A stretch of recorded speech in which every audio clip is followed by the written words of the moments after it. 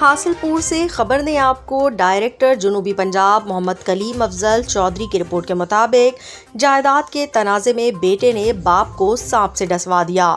حاصل پور کے نواحی علاقے 71 فتح میں دل دہلا دینے والا واقعہ، جہاں جائیداد کے لالچ میں بیٹے نے سنگین اقدام اٹھاتے ہوئے اپنے ہی والد کو چارپائی پر باندھ کر سانپ سے ڈسواتا رہا۔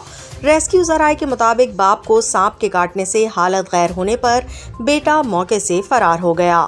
واقعے کی اطلاع ملنے پر ریسکیو اہلکار فوری طور پر پہنچے۔ متاثرہ شخص کو تشویشناک حالت میں تحصیل ہیڈ کوارٹر اسپتال منتقل کر دیا گیا۔ ریسکیو کا کہنا ہے کہ باپ اور بیٹے کے درمیان جائیداد کے تنازع پر جھگڑا ہوا، جس کے بعد بیٹے نے یہ سنگین قدم اٹھایا۔